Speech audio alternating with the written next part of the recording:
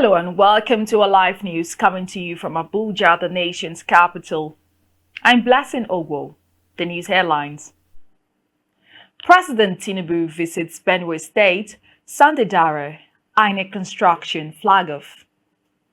Oil marketers express job loss, fears over Dangote's distribution plans. NNPCL production contribution, Bayo Ojulari. Doctors must be incentivized to stay in Nigeria, says Obasanjo. Now the news in details. Leading the federal government's efforts to address the security situation in Benue State, President Bola Tinubu has arrived in Benue State to assess the security situation and meet with stakeholders amid rising killings in the state. He landed at the Nigerian Air Force Base in Makurdi around 12:58 p.m. on Wednesday. In a statement by the Special Advisor to the President, Media and Communications, Sunday Dara, the President's visit aims to foster peace and address the persistent conflict affecting communities in the state. In response to the recent attacks in Yelwata, where scores of residents were feared dead at the hands of suspected herdsmen, President Tinubu will hold a town hall meeting with stakeholders, including traditional rulers, political, religious, community leaders, and youth groups to seek lasting solutions to the hostilities, he said. The Benue State government declared a public holiday to honor the president's visit, urging residents to come out in large numbers to welcome him. President Bola Tinubu has flagged off the construction of the Annex Office of the Independent National Electoral Commission, INEC, in Abuja, saying the edifice symbolizes Nigeria's commitment to electoral integrity, institutional autonomy, and democratic growth. At the groundbreaking event, President Tinubu described the event as one of national significance. It is a great honor and sense of purpose that I stand before you to flag off the construction of a new national office, the annex of the headquarters of the Independent National Electoral Commission. He stated his commitment to ensuring that the INEC is fully equipped, not only in infrastructure, but in law, policy, and resources to carry out its constitutional mandate with courage, fairness, and excellence. According to him, the project represents far more than a physical structure. It is a reaffirmation of the government's dedication to strengthening democracy. Oil marketers, under the auspices of the Petroleum Products Retail Outlets Owners Association of Nigeria, Petran, have cried out to the federal government and industry regulators, including the Nigerian Midstream and Downstream Petroleum Regulatory Authority, NMDPRA, to curb the expansion moves by the Dangote refinery to distribute petrol and diesel freely to retail outlets and large users across the country. If one company that is as massive as our brothers Aliko Dangote can do all of this, of course, it is going to take us out of the business, Petran President Billy Gillis Harry said. The NNPCL Group CEO Bayo Ojulari has said production contribution comes from two main segments, those operated by NNPCL directly and those operated through joint venture partnerships. Assets operated by NNPCL are reviewed to ensure the structures are optimum to release the kind of ambitious targets the oil sector requires. Existing data, information, and team support are put together to get its full accuracy required. He advised partnership restructure to get the high level of partnerships and interactions with international companies and ensure clear accountability. NNPC's production contribution comes from, I would say, two main segments. The first segments are those assets that are operated by NNPC directly, and the second segments are those assets that are operated through joint venture partners. So our first focus is on those assets operated by NNPC. We are reviewing those assets, we are reviewing the organizational structures to ensure that those structures are optimum to be able to deliver the kind of ambition that we target. We're also looking at existing data, existing information.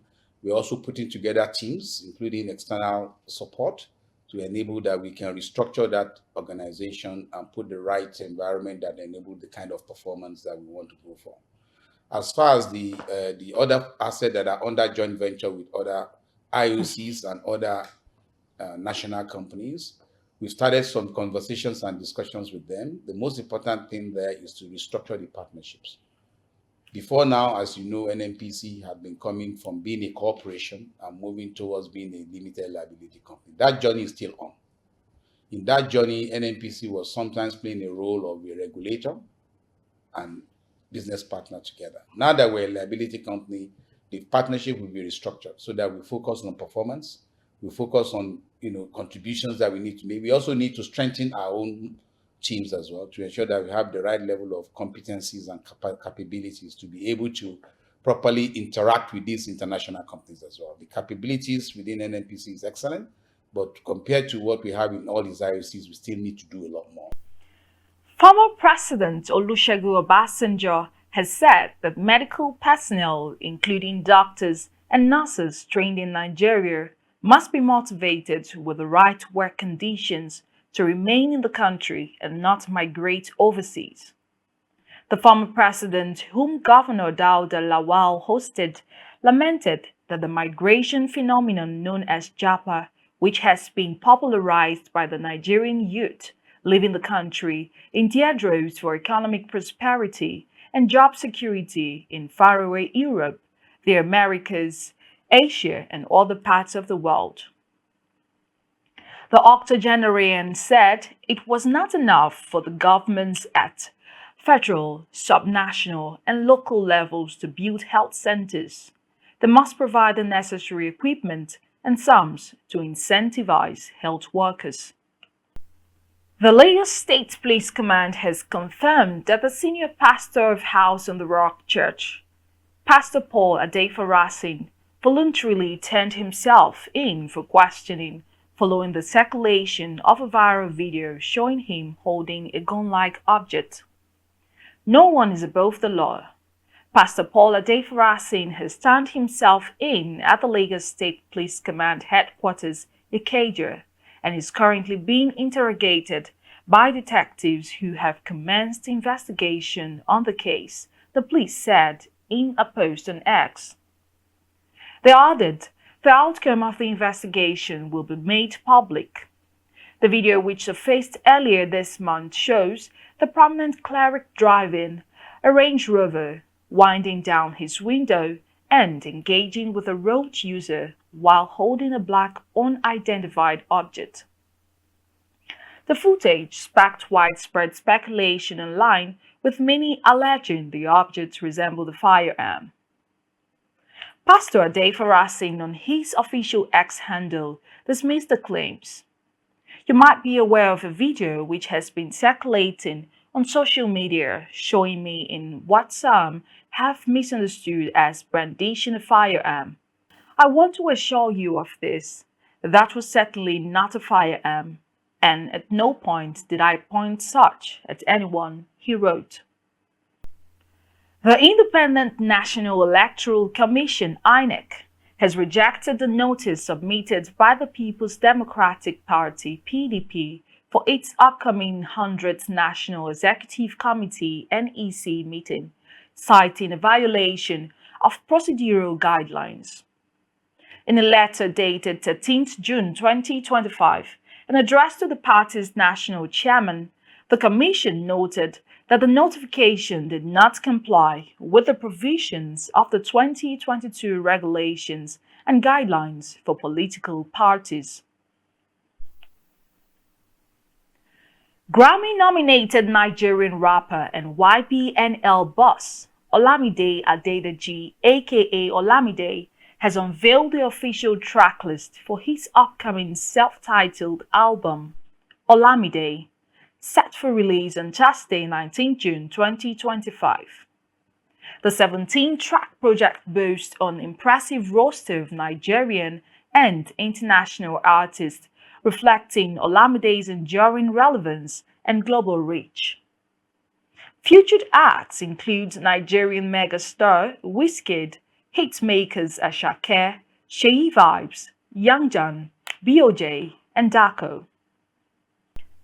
Athletic Club winger Nico Williams finds himself at the center of a transfer saga once again, much like last summer, with FC Barcelona among the clubs interested.